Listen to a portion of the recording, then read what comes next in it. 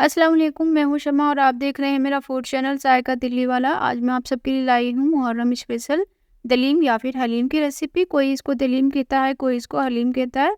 तो बहुत ही मज़ेदार सी और क्विक सी रेसिपी है, बहुत ही ईज़ी बनने वाली रेसिपी है। कोई भी आपको ज़्यादा इसमें मेहनत करने की ज़रूरत नहीं होगी, बहुत ही ईज़ी तरीके से मैं बताऊँगी। तो चले चलते हैं रेसिपी की तरफ। रेसिपी अच्छी लगी लाइक कर दीजिएगा, चैनल पे न्यू है सब्सक्राइब कर दीजिएगा। तो देखें जी, सबसे पहले मैं ले रही हूँ 2 कप साबुत जो गंदम होता है वो, ये वही है। और थोड़ा सा गंदा आता है तो इसको आपने बहुत अच्छे से क्लीन कर लेना है। देखिए इस तरीके से 8 से 10 बार बहुत ही अच्छे पानी से आपको इसको क्लीन करना है। और तकरीबन 1 से 1.5 घंटे पहले आपने इसको भिगो कर रख देना है। अभी क्योंकि गर्मियाँ हैं तो ज़्यादा हम भिगोएंगे तो इसमें स्मेल आ जाएगी, इसलिए 1 से 1.5 घंटे या 2 घंटे बहुत ही इनफ है। पूरी रात के लिए आप इसको नहीं भिगोइएगा। उसके बाद हम ले लेते हैं जी, ये हमने चने की दाल ली है, सारी दालें हमने लेनी है। तो आधे कप से ज़्यादा मैंने चने की दाल ली है। और 1/3 कप मैंने इसमें ली है वाइट वाली उड़द की दाल। और 1/3 कप मैंने इसमें ली है मूंग की दाल। देखिए मैं आपको दिखा भी रही हूँ। और इसमें 1/3 कप हम इसमें लेंगे मसूर की दाल। और 1/3 कप ही हम इसमें लेंगे जी चावल, जो घर में नॉर्मल चावल लेते हैं वही है, वो इसमें ऐड कर लिया है। और इसको सब चीज़ों को हमने भिगोने की ज़रूरत नहीं है, ये सब चीज़ें हम डायरेक्ट ही बहुत ही अच्छी तरह से वॉश करने के बाद में हम बनाएंगे। तो देखिए कुकिंग प्रोसेस स्टार्ट कर लेते हैं। तो देखिए मैंने एक बड़ा सा कुकर ले लिया है, अच्छा खासा आपने बड़ा कुकर लेना है। उसमें मैंने गंदम का जो है डाल दिया है, गंदम इसमें ऐड कर दिया है। इसको हलीम भी बोला जाता है, जब आप दुकान पे से जाके लेंगे ना हलीम बोलेंगे तो वो आपको दे देंगे। उसके बाद में मैंने दालें डायरेक्ट इसमें ऐड कर दी हैं वॉश करने के बाद में।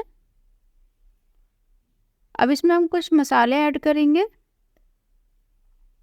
जिसमें मैंने ऐड किया है जी 1 टेबल स्पून नमक, 2 टेबल स्पून इसमें डालेंगे लाल वाली सुर्ख मिर्च पिसी हुई, 2 टेबल स्पून इसमें हम डालेंगे धनिया पाउडर, और 1 टेबल स्पून हम इसमें डालेंगे हल्दी का पाउडर। और इसमें ऐड करेंगे हम 2 चम्मच लहसुन का पेस्ट और 2 चम्मच अदरक का पेस्ट। और इसमें हमने ली है 1 टीस्पून गरम मसाले का पाउडर, ये ऐड कर दिया है। और थोड़ा सा हम इसमें ऑयल ऐड कर देंगे ताकि जो पानी है ना उबलते वक्त सीटी के टाइम पर बाहर ना आए।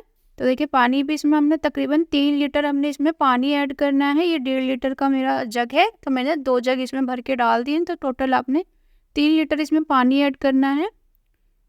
अब इसका हम कवर करके इसको गैस पे रखेंगे और 3 सीटी आने के बाद में हम इसको तकरीबन 15 मिनट के लिए बिल्कुल लो हीट पर दम पे पकने के लिए छोड़ देंगे। इससे आपका ये जो गंदम का बहुत अच्छा सा ये जो हलीम है बहुत अच्छा तरीके से ये गल जाएगा, ज़्यादा मेहनत नहीं आपको करनी पड़ेगी। तो देखिए अब आगे का प्रोसेस स्टार्ट कर लेते हैं। एक और मैंने कुकर ले लिया है, इसमें मैंने डाला है 1.5 किलो गोश्त। और देखिए ये मिक्स गोश्त है, कुछ हड्डी वाला है, कुछ चर्बी वाला है और कुछ साफ बोटियाँ का है। और ये बड़ी बड़ी बोटियाँ आपने लेनी है, क्योंकि हम रेशे वाला हलीम बना रहे हैं तो हमने बड़ी बड़ी बोटियाँ ही लेनी है। अब इसमें हमने ऐड कर दिए हैं 2 मीडियम साइज़ की प्याज चॉप करके, 1 टेबल स्पून हमने नमक डाला है, 2 टेबल स्पून अपने लाल मिर्च डालनी है, 2 टेबल स्पून इसमें हमने धनिया का पाउडर डालना है और 1 टेबल स्पून हमने इसमें हल्दी ऐड करनी है। और देखिए ये 1 टेबल स्पून इसमें हमने गरम मसाला ऐड किया है। अब इसमें हम डाल रहे हैं 1 कप भर के ऑयल, यानी कि 250 ग्राम ऑयल मैंने इसमें ऐड कर दिया है। और 2 टेबल स्पून में इसमें लहसुन अदरक का पेस्ट ऐड करूँगी। इसको अच्छी तरह से मिक्स कर देना है, बहुत ही अच्छी तरह से हम इसको मिक्स कर देंगे। और देखिए देखते देखते इस पॉइंट पर आ गए हैं तो मेरी वीडियो को लाइक कर दीजिएगा अच्छी लग रही हो तो, और चैनल पे न्यू है तो सब्सक्राइब करे बगैर नहीं जाइएगा। अब इसमें हम ऐड कर रहे हैं 2 कप पानी, क्योंकि हमने इसको गलाना है बहुत अच्छी तरह से। देखिए 2 कप पानी ऐड कर दिया है और 1 कप मैंने इसमें बहुत ही अच्छी तरह से फिटा हुआ दही ऐड कर दिया। अब इन सब चीज़ों को मिक्स कर लेना है। इसको भी अब हमने कवर करने के बाद में तकरीबन 3 सीटी हमने इसमें प्रेशर में लगानी है। उसके बाद में इसको हमने 10 मिनट के लिए बिल्कुल लो हीट पर दम पर पकने के लिए छोड़ देना है।